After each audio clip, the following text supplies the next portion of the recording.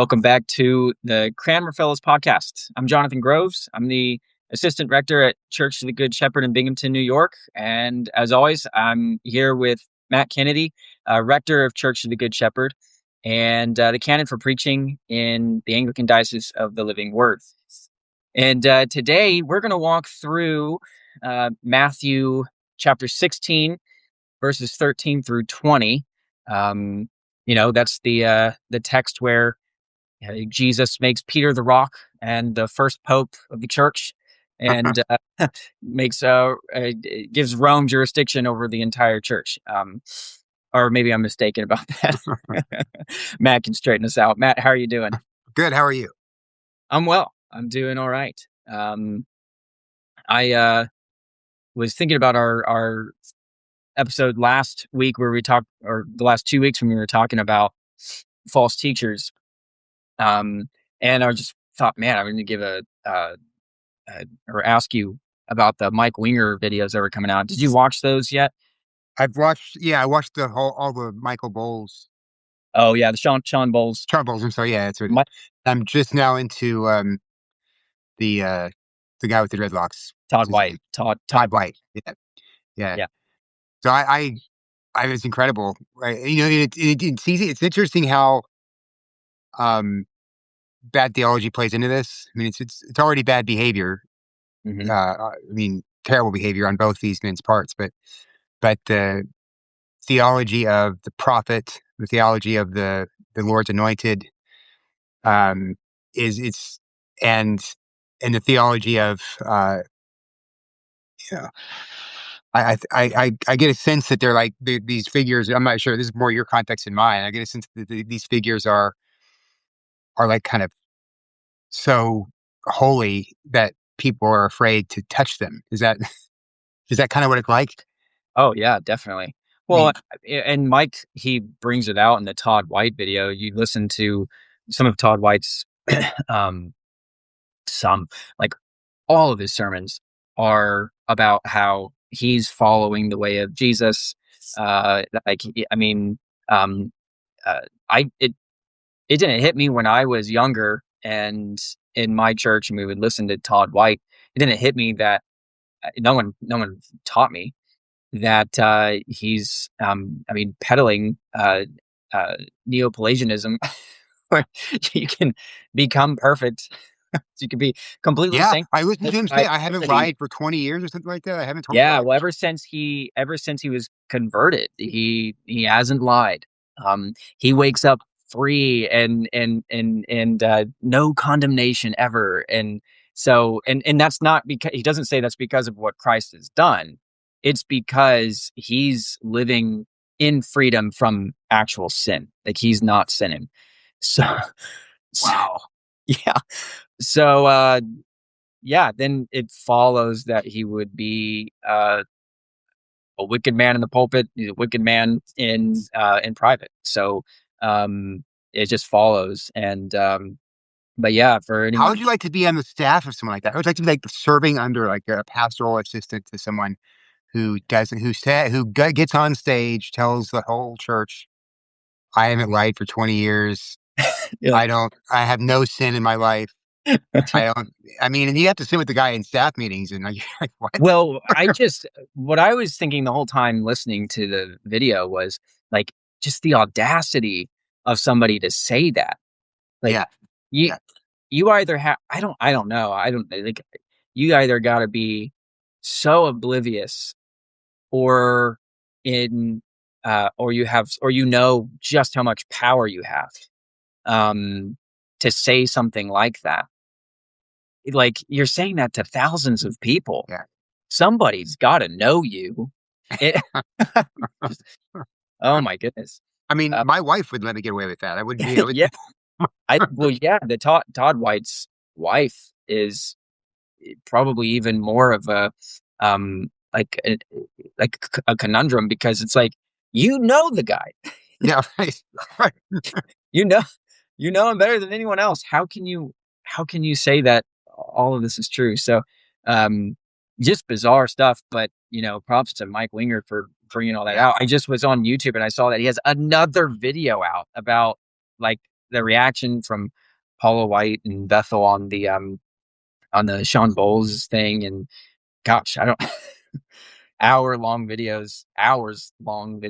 But if you are listening and you haven't, checked them out, Mike Winger's been really good lately. I mean, he's good in general, but he's been really good lately in calling Yeah. out some major heretics.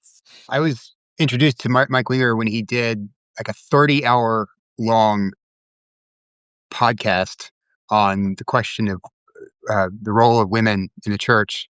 And he did you listen to that? That's I was introduced to him there as well, but I wasn't about to watch a 12-hour long It video. was amazing. I mean, I didn't do it in one sitting, of course, Yeah, I but know. Yeah. but it is pretty impressive. I mean, he was Yep. very, he's very. One thing I like about him is he's very fair. He doesn't like he didn't go into that thing with an agenda. He just went in to look at the passages and take the best arguments from both sides, and it was really good.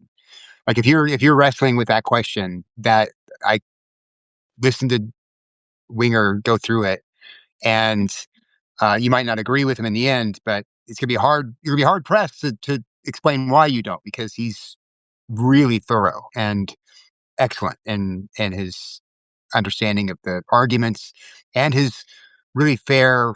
He doesn't straw man either side. He does a really good job. Hmm. So I'll have to listen to it. Um, yeah, these are the first videos that I've actually listened to. I've known about him, but I haven't really listened. But well, shall we go to Matthew 16? let's do it. Let me read it for us. This is so Matthew 16, starting in verse 13. Now, when Jesus came into the district of Caesarea Philippi, he asked his disciples, "Who do people say that the Son of Man is?" And they said, "Some say John the Baptist, others say Elijah, and others Jeremiah or one of the prophets." He said to them, "But who do you say that I am?"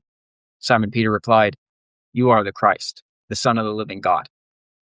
Jesus answered him, "Blessed are you, Simon Barjona, for flesh and blood has not revealed this to you, but my Father who is in heaven. And I tell you, you are Peter, and on this rock I will build my church, and the gates of hell shall not prevail against it. I will give you the keys of the kingdom of heaven, and whatever you bind on earth shall be bound in heaven, and whatever you loose on earth shall be loosed in heaven." Then he strictly charged the disciples to tell no one that he was the Christ. All right, Matt, a lot to uh, look at here. Jesus is at uh, Caesarea Philippi, it says, which, if I understand, is like the northernmost part of uh, uh, Israel at that time, in Jesus' time. And it's here where he poses the question, who do people say that the Son of Man is?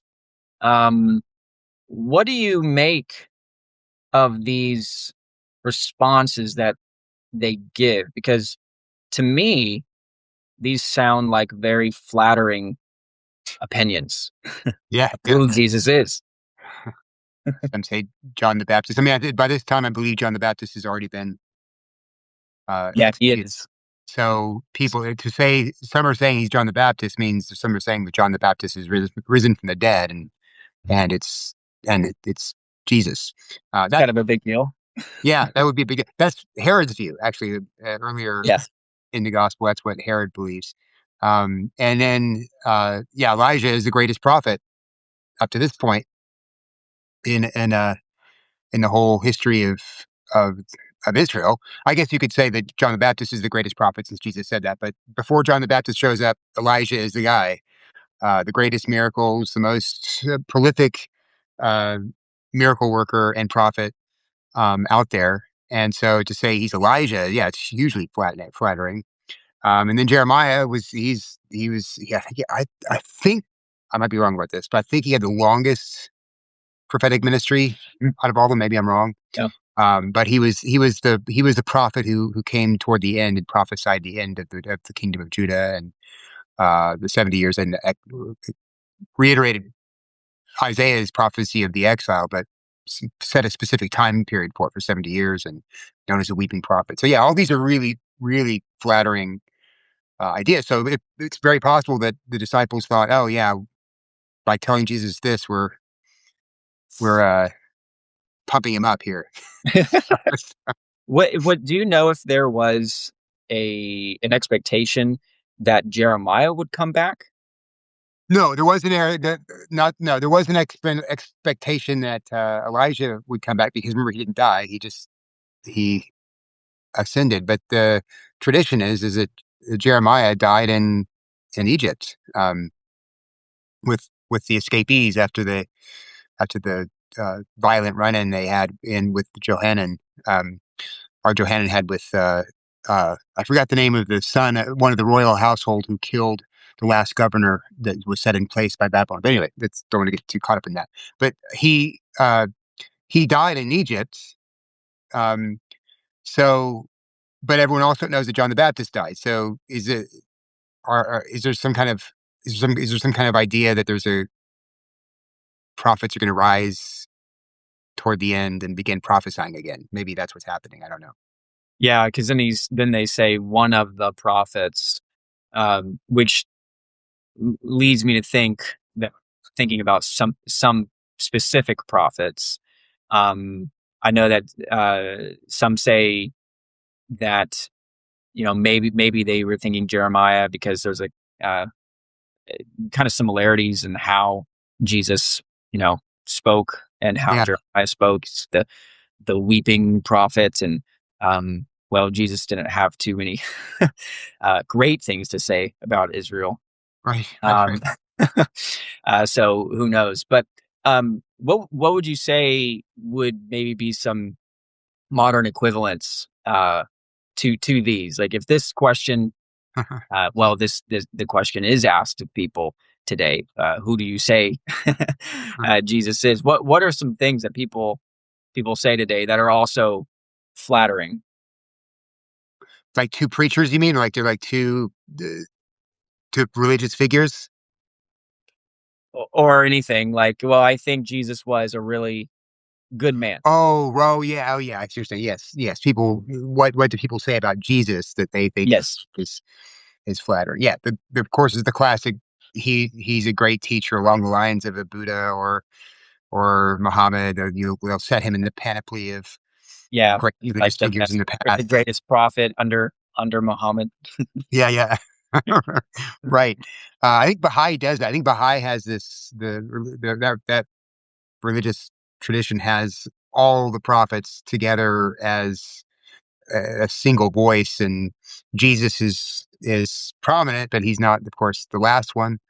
But he's in the holy huddle.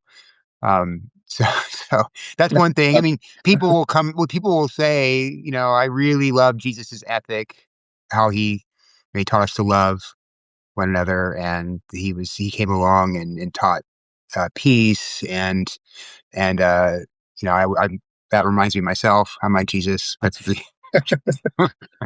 if more people could be like me and Jesus, then we would have a better world. I agree.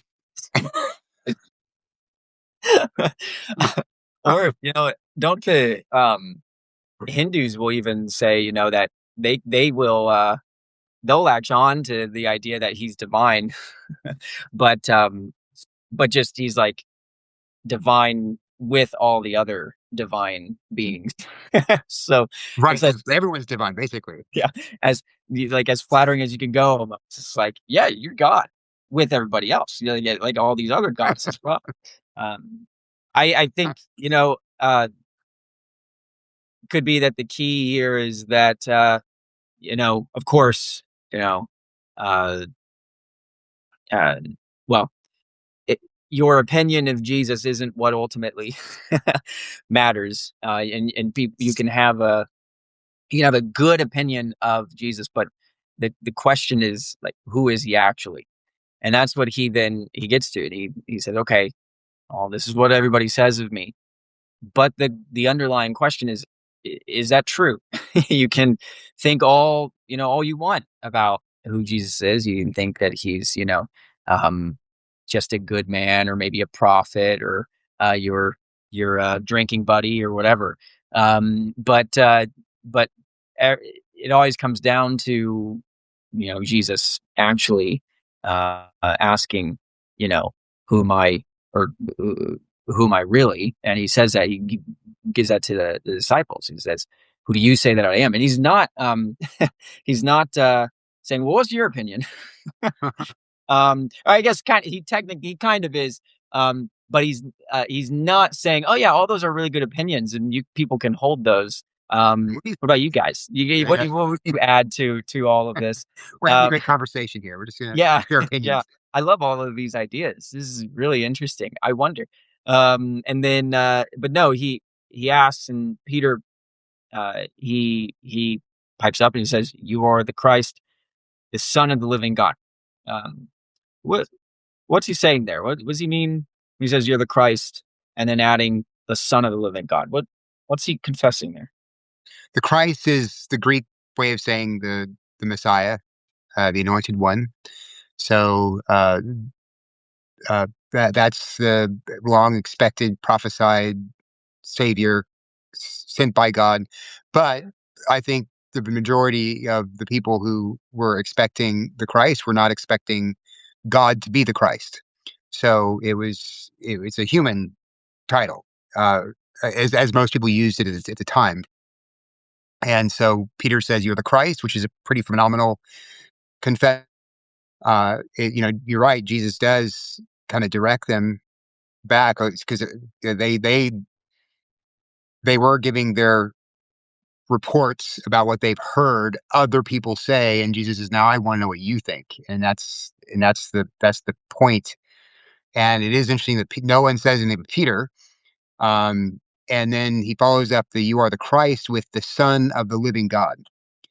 And it would be one thing if Peter had said, "You're a son of the living God. You're a child of God," or whatever.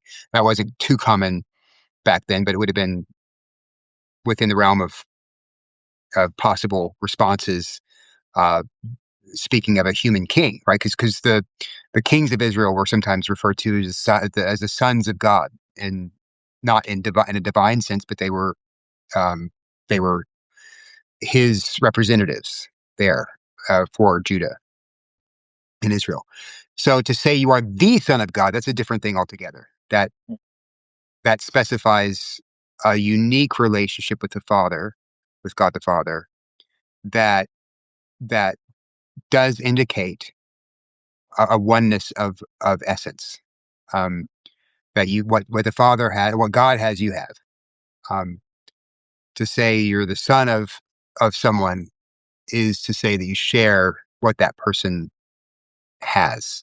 Um, so, for example, when Jesus calls the Jews the son of the devil, not all Jews, but the Jews he's interacting with in John chapter 8, he calls them, "You're the sons of your father, the devil." He's saying that because they have that character. They are acting as he's acted. They're rebelling against him. So so here, um, to say that Jesus is the Son of God communicates something much higher than, yeah, you're a king, or you're even that you're the Christ. This is setting Jesus up on level with the Father. And the Jews would know this because in John chapter 5, after healing the man at the what is it, at the pool of Bethesda, um, everyone's angry at him for healing him on the Sabbath, and Jesus says, this is John Yeah, 5:17, "My Father is working until now, and I am working." yeah, And then it says this was why the Jews were seeking all the more to kill him, because not only was he breaking the Sabbath, but he was even calling God his own Father, making himself equal with God. right. Is blasphemy to them. And so they understood that, as you were saying, that there can be many sons of God, like Israel, but there's not. But to say that you're the The unique Son. son, that is blasphemy to the Jews, because you are saying you're God, you're equal with God. Um, but what do you make, Matt, of the contrast of the two types of sons here? You have the question that Jesus asks them at first. He doesn't say what you might think. He says, "Who?" He doesn't say, "Who do people say that I am?" He says, Who do people say that the Son of Man is?" Referring, of course, to himself. And then so he's the Son of Man. He's also the Son of God. Can you explain? those two things? Yeah, I mean, I think the way Jesus uses that title, Son of Man, well, it can be used in two ways. In Ezekiel, Son of Man means human, like you're a human being. Um, but the way Jesus uses it, it goes back to Daniel chapter 7, verse 14, where where Daniel sees in the night visions one like the Son of Man being brought up on the clouds to the Ancient of Days, who's God, and then God giving the Son of Man dominion and power and authority and uh, worship from over all the nations or from all the nations of the earth. So uh, we know that Jesus is using the Son of Man that in that way because when he's questioned in his trial um, by Caiaphas, and Caiaphas puts him under oath essentially and says, "Who, I charge you by the living God." I think he says, "Tell us who you are." And he says, "I tell you, are you the Christ, the Son of God?" And he says something along the lines of, I'm trying to quote from off the top of my head. Uh, you said it, and you will see the Son of Man coming on the clouds of heaven. He's going right back to that Daniel Yep. 7. Um, Yeah, very clear reference right. to them. Yeah. Yeah, So you're right. both titles, Son of God and Son of Man, are divine Yep. titles. And yet it's interesting to see it here in this context because um it one like a son of man, it's a there's divinity attached to it and yet also humanity. Yeah, Uh, yeah. right? And so that's what's so fascinating here. Isn't that the one opinion of Christ that is unacceptable is that he's both man and God, fully man and fully God. That everything else you could say whatever else you want about Jesus, he's a good man, good teacher, prophet, maybe even a divine kind of being, but to say that he is both fully man and fully Yahweh, um, that is that's too far. Can't go Yeah. there. I would love to know how, and I always mean to research this. I never do, but how the rabbis and the Jewish interpreters understood Daniel 7, because you do have this one described in human terms, the Son of Man, but who is given um, uh, honor and glory and even worship that belongs only to God. So that duality is there in this Son of Man figure in Daniel. I don't know how the Well, I just pulled up that text that you were referring to when he's being tried. It's in Matthew 26 at the end. And yeah after he says that, after he says what they said, then right after that, the high priest tears yeah his robes and says he's uttered blasphemy. yeah. So, it makes you wonder, like, do they catch on to his reference and know what, I mean, know? I think they do. So that tells you they at least see it as a divine claim or a kind of Yeah. a divine. But how do they deal with the human divine Yeah.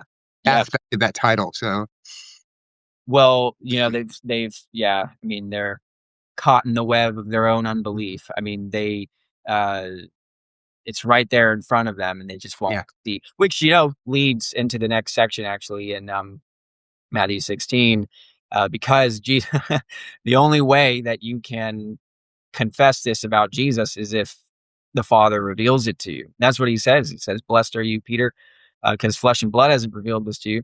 My Father who's in heaven." Um, Matt, why is it that God has to reveal this to to you? Why can't you come to the conclusion on your own? well, it's not that the evidences are there. That's not the problem. It's the problem is and we've talked about this before. The problem is the human heart. To recognize and see Christ as the true God and true man is an act of humility in which you have to humble yourself and set yourself down underneath him as your Lord and King. which means that you're not your Lord and King. So, that's that's not something that flesh and blood does.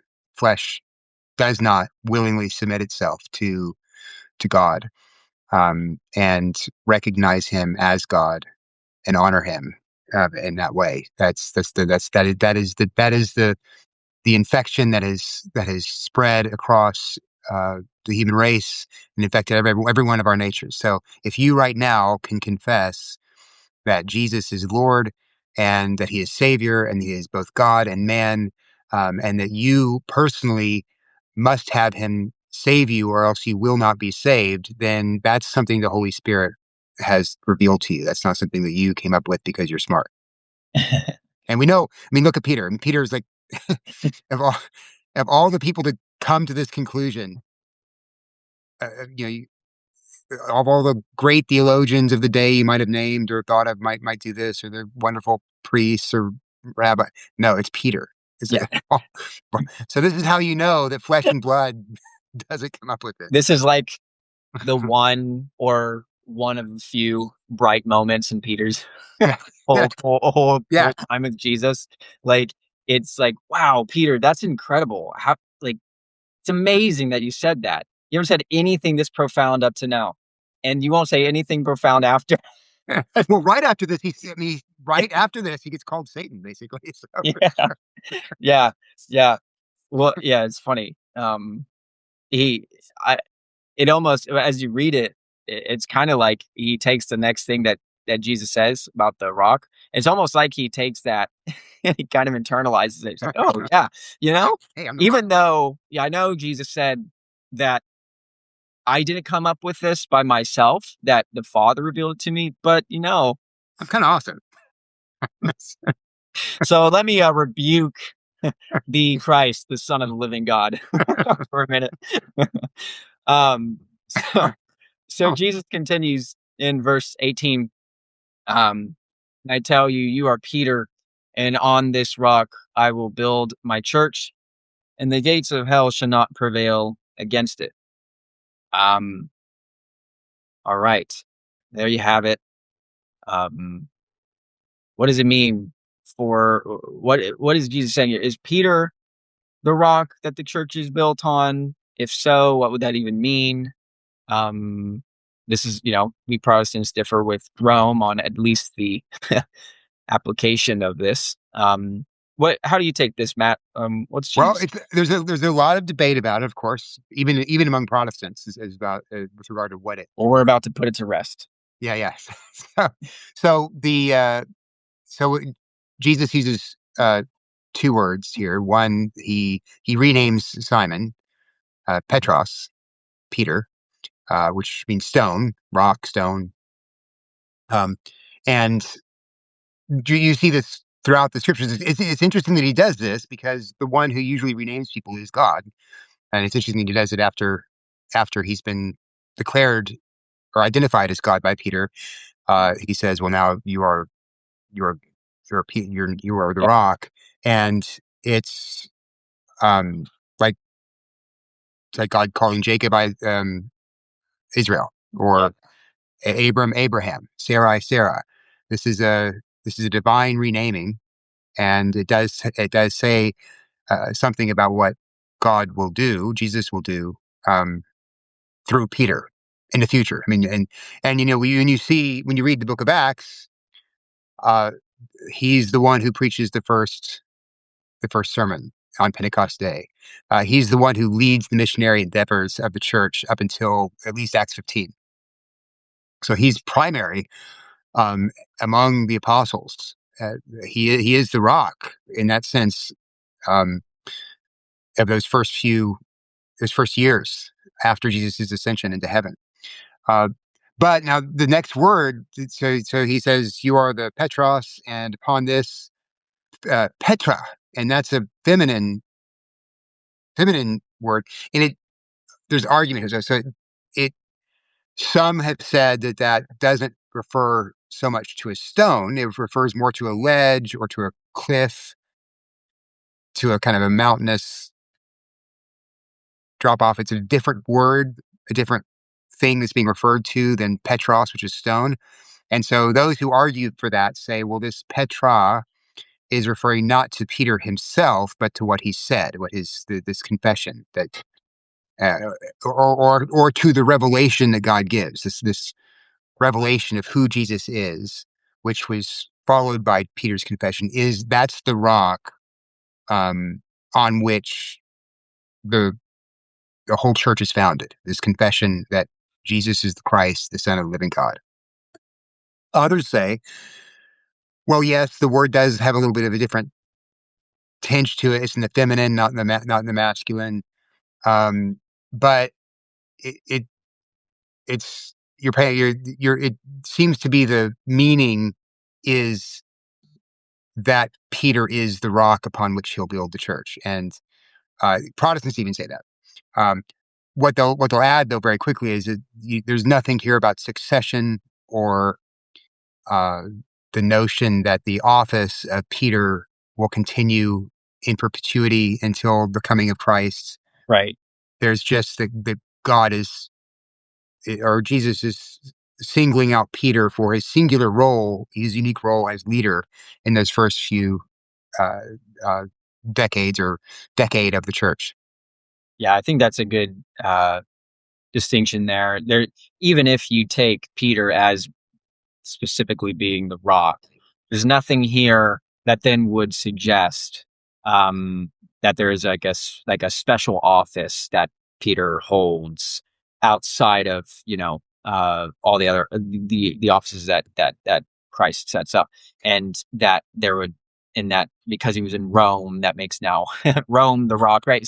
So it's like uh, even if you take it that way, um, it's not necessary from this text to apply it or to imply everything else that Rome implies from it. The question being, what does it mean for Christ to build his church on this rock? How exactly does Christ build his church? Because there's a foundation. What's the foundation that holds the building? Right, of Christ's people. And it would seem like, um, though, it would seem like there's this play on words with Petros and Petra, and that in one sense, yes, it's Peter, because Peter will preach the gospel and he's going to lead the way. We know that from Ephesians, Paul says, the church is built on the foundation of the apostles and the prophets. So it's from the teaching of Peter and from the apostles and the prophets. Um, and so then what that would suggest is the actual rock or the rockness of Peter is the confession, is the message itself. Am I off there or No, I mean, I think where I come down on this is I tend to think it's a both and kind of thing. Mhm. Um, so yes, Peter takes the lead, and Jesus builds his church through at first the ministry of Peter. That's literally what happens at Pentecost in Acts chapter 2. That Peter preaches, and people come in uh, because of the grace and power of Jesus through Peter's preaching. Um, and yet, what does he preach? He preaches that that Jesus is the Christ, and the Son of God who's risen from the dead. And so there's a both and there, isn't there? It's both Peter and the message that he preaches. And so when Peter falls away, the message doesn't. It's still there. The message that he provides remains, and that goes on um, as the foundation and basis uh, upon which Jesus continues to build his church. right, the rock of his confession that we Right, confess, right? And he said it first. right, right, And now right. we say it. I mean, Right. there's kind of it's interesting, like so you have Peter being there at Pentecost, preaching there first. You have Peter being the first one to go to the Gentiles. Um, Cornelius. He's the one who opens the door, I guess you could say, to the Gentile ministry, even though Paul's the one who carries it forward. Uh, he goes to the centurion Cornelius and he preaches the gospel there. And upon that preaching, these Gentiles come in and Jesus builds Gentiles into his church. Peter and John go and they're the ones who uh, seal the deal that Philip was began in Samaria. So Peter seems to be this kind of key figure in the spread of the church from Jew to Gentile to Samaritan. Um, and then his really his last the last witness we have of him in historically in Acts is at the council where he seems to be passing on leadership to James actually in the or in that council in Acts 15.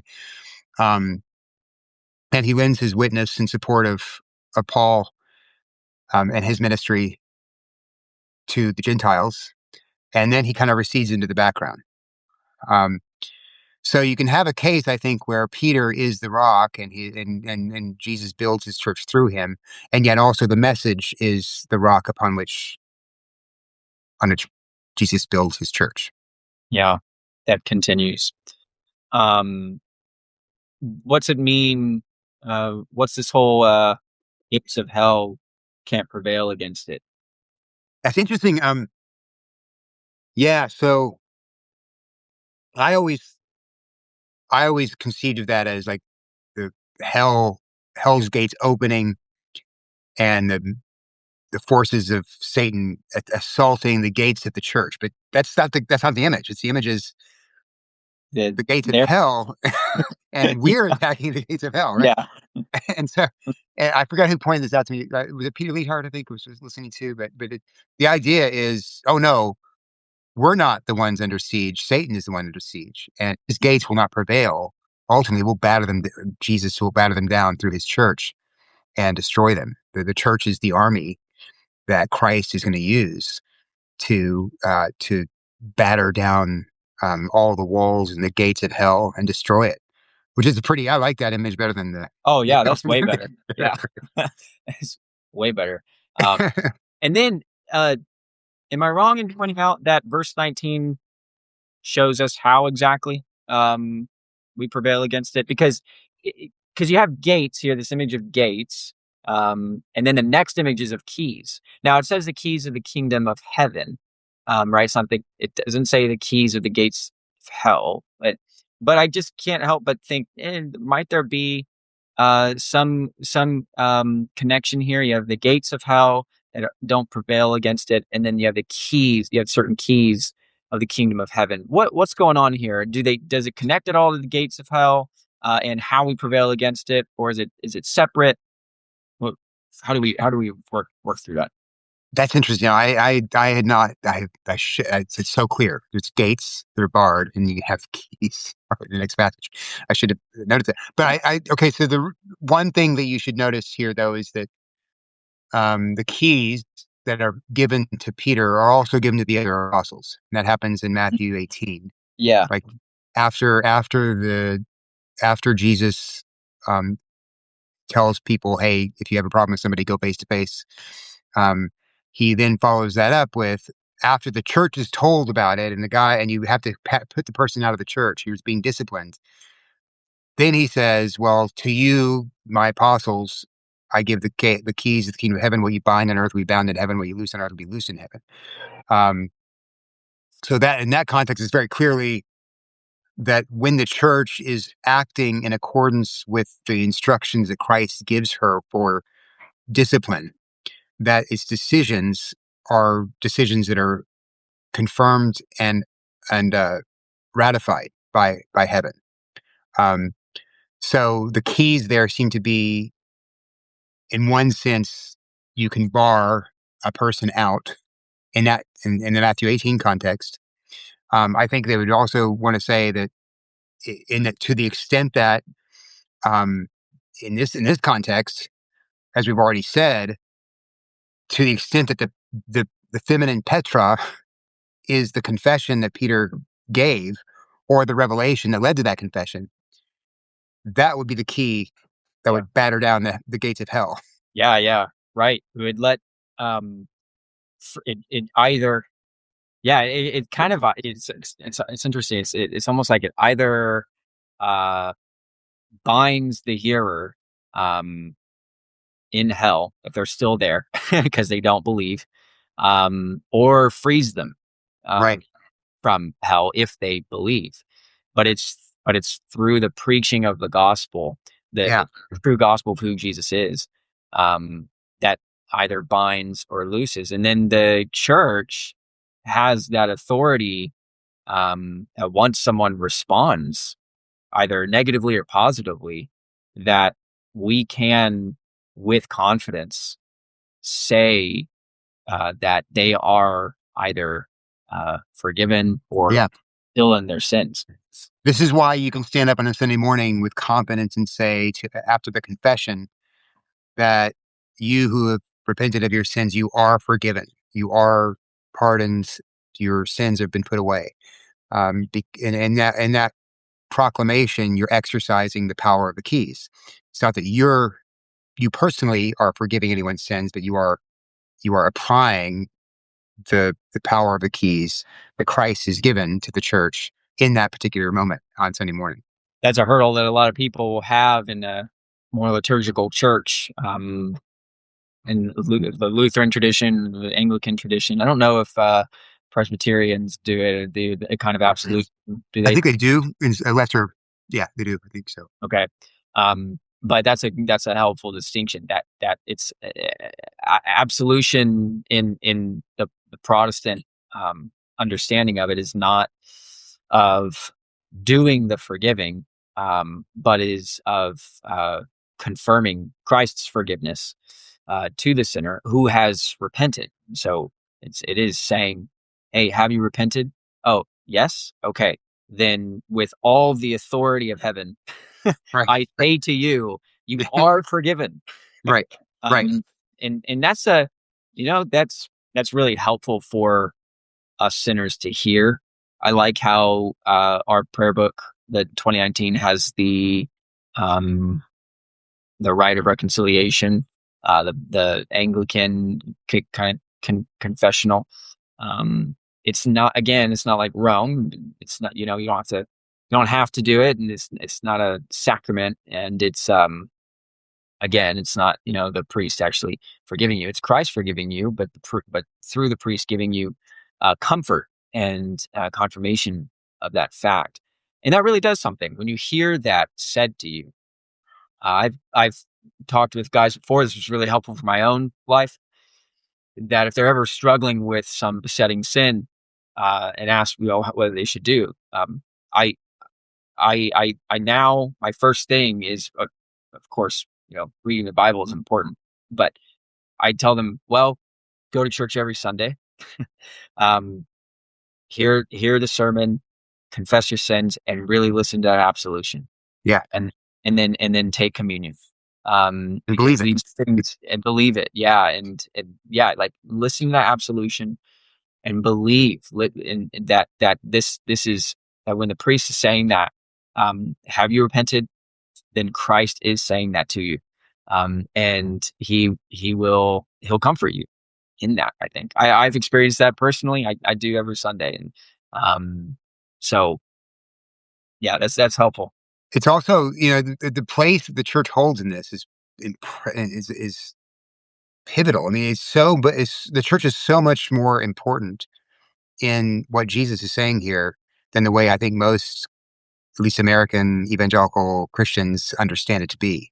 Yep. Like I think in most, when I don't want to speak too generally, I don't want to generalize too broadly, but for many, the church is a place where you go to maybe be helped, maybe not. You kind of go because you feel an obligation to go, but you really, if it's not that entertaining, it's not that big of a deal because your real pastor is Jesus, and your real, why do you need the church?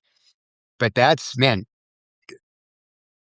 take that assumption about what the church is and line it up against what Jesus is saying here about what the church is, Yeah. uh, and it doesn't match it. You have no idea. If that's what you think the church is, it's a place to maybe go on Sunday to be entertained or to be or to have a good music or whatever it might be, Oh, man, you've no, the church is lost the plot. freeing people from the gates of hell and Right. finding them if they don't respond. And and you know what? Freeing you once again from your guilt and shame that you have during the week because of your sinfulness. You go and Christ is working there, and is freeing you of that once again. Yeah. Uh, and it's yeah, you're right. I hadn't thought about that, but that's a good point. And just to make this more local, because I mean, another kind of escape route from this might be, oh yes, well of course I believe that the universal church is something that is the invisible church is definitely does all that, but not my local congregation. No, I mean, What's your how does the universal church do it then? yeah, I mean, you go. There's not a single letter in the New Testament, not an epistle written to the universal church. It's written to churches, individual congregations or groups of congregations, but there's not like a a, a letter to all the entire invisible. There's no church. There's no letter to the invisible church. It applies to everybody, all believers. Every church, every letter does apply to all believers, and so in that sense, it applies to the invisible church. But it's to visible, gathered congregations because the apostles understood what Jesus meant here Mhm. by the church being the the the means by which Jesus saves souls and crushes Satan. Um, but we forget that. So Yeah. Well, and we do something very impractical to the world. That is, all of this is revolving around a confession that Peter made, yeah. a confession of who Jesus is. So why do we gather together? Well, we literally we gather together every week to hear this once again, to believe in it, to receive the truth of the gospel. Like that's what we're doing. We're listening to a sermon. We're listening. We're praying. We're saying the confession ourselves, and Christ is building His church by that. That's what He is doing. So yeah, you could say that you feel close to God when you are outside, you're alone reading a book, a devotional book, or okay, that's great. I mean, I'm not knocking that at all, but um, that's not how Christ builds His church. That doesn't the gates of hell do prevail against that, but they can't prevail against the church gathered, preaching the word, confessing who Christ is. It just can't. It can't stop Well, that. and if you, I mean, honestly, I mean, I agree. I totally agree with you that, yeah, I love the forest. I love hiking. I love backpacking. I love being out in nature. That's beautiful. I find myself having wonderful times with God when I'm out there. But at the same time, if I for a minute begin to think that I'm closer to God next to a brook than I am when I'm in the presence of another person who's filled with the Holy Spirit who is made in God's image, then I don't know my Bible very well. No, no, When you're gathered together with the whole community of Christ, bound by the Holy Spirit, made one by the sacrament and the Word, you can't on earth you cannot go get closer to God than that. no. You can't. You're right. And the New Testament says that we're the temple of God, which means Right, that's where God is. Like, right, right. so when the church gathers, um, the God, the Father, Son, and Holy Spirit is right there in a very unique way, that he's not in other places. Just like in the Old Testament with the temple. So no, you're right. And yeah, I mean it is. I don't know. It is something that people today don't really get. And I don't know what it is. Maybe it's just when you go, it doesn't feel special. I don't know.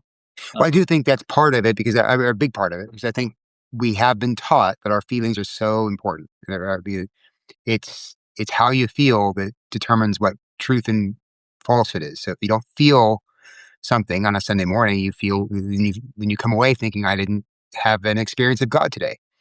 I didn't. God You know, we haven't had the Spirit arrive and show up, because I personally didn't have a mountaintop experience.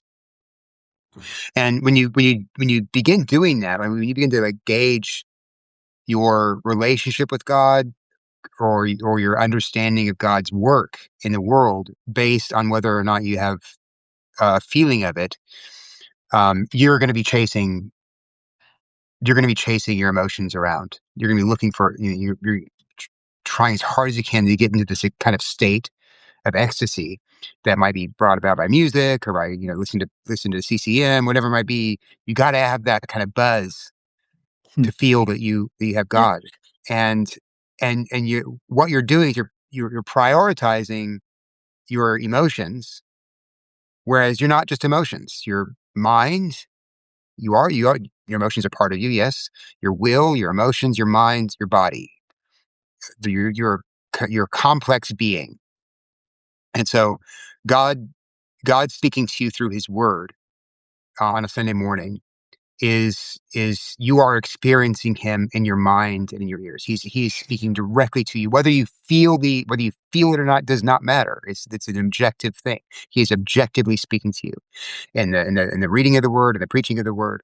You are objectively, if you believe in Jesus, you're not in open defiant rebellion. You are objectively feeding on Jesus's body and blood in your body and soul when you take communion, whether you feel it or not. It doesn't matter whether you feel it or not. It's actually happening. So you eat a good meal, whether you enjoyed eating your Brussels sprouts or not. I don't care. They're good for you, and they actually may have an effect in your body in the same way the Lord's Supper has an effect on your soul. And so there's an objective promise that we believe when we come to church and gather with the saints, promises with regard to the sacrament and with regard to the word, that that does not depend. Those promises do not depend on how you feel at a given Sunday. And I know what that should do is relieve you of the burden of having to feel a certain way. Yeah. Um, so that you can go to church and maybe God will be, maybe you'll be on crowd night. Maybe you won't, but it doesn't matter. You will have been with God, and Yeah. he will have been with you. That's a common, uh, and this is the last thing I'll say on this, but that's a common critique of liturgy, is that uh, you are kind of putting the spirit in a box, right? By just saying, well, this is what we're going to say, and this is what service is going to look like. I have problems with that assumption, with what's assumed about the spirit in that. I mean, in the first place, but it also it's actually just not true. That it's like the liturgy is chains, like you're chained to one way of doing it. The liturgy is actually, if you do it, and you do it in good faith, and it won't take long for you to realize that actually it's very freeing, um, because you are out. Your mind is outside of yourself. You're not going to church trying to figure out what to say or what to feel, how you should be responding. You're given all of that to you, and it says, hey, here's where you listen, here's what you say, and here's how you respond. And then you go home and you realize after that, you're like, oh, that was really helpful. It's kind of like I was created to have some kind of order uh, Yeah, imposed on me. Um, yeah, yeah. um, um, but uh, but yeah, it's very helpful. Um, and I that's a great place to stop. But I do want actually to just a couple more minutes, if I could keep you, Matt, Sure. um, because we've said all of this. Uh, Matthew 16 here in this text, you know, it's revolved around a confession and Christ building his church on that confession. So you'd think, okay, go now and preach it, right? Which will happen. in verse 20, Jesus says, then he strictly charged the disciples to tell no one that he was the Christ. I just can't help but laugh every time I read that because it's like, what are you talking about? You just said the gates of hell aren't going to prevail against this confession. What are you talking about? Why are you keeping them from saying it? Why does Jesus say that now? It's interesting. It's more pronounced. This secrecy is more pronounced in Mark than in Matthew, but Matthew does carry it as well. And it's interesting in Mark, and I'm going to Mark because I think Mark gives us the answer to that question. Um, so in Mark, there's a turning point, and that turning point comes just before Peter's confession, or maybe it's just after. But it's that point where Jesus lays hands on the blind man, and he he he rubs. I can't remember if he rubs mud on him or whatever, but as his eyes. But he opens his eyes and he sees, but he doesn't see clearly. He spits on him.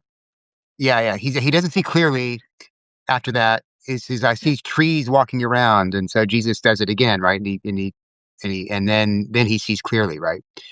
That is in one. That really happened historically, but that is also the program for Mark's gospel. Because when Peter here confesses that Jesus is the Christ, the Son of the living God, it's like he sees, but he sees like in a fuzzy way, the trees walking around. And the reason it's fuzzy is because there's a cultural expectation about what the Christ is supposed to do. And we know that Peter sees it in a fuzzy way because when they come to arrest Jesus, Peter pulls out a sword and lops off Malchus's ear, right? So he doesn't get what he said. He said it truly, rightly. The Holy Spirit's given him that, but he does not understand the fullness of what he's just confessed.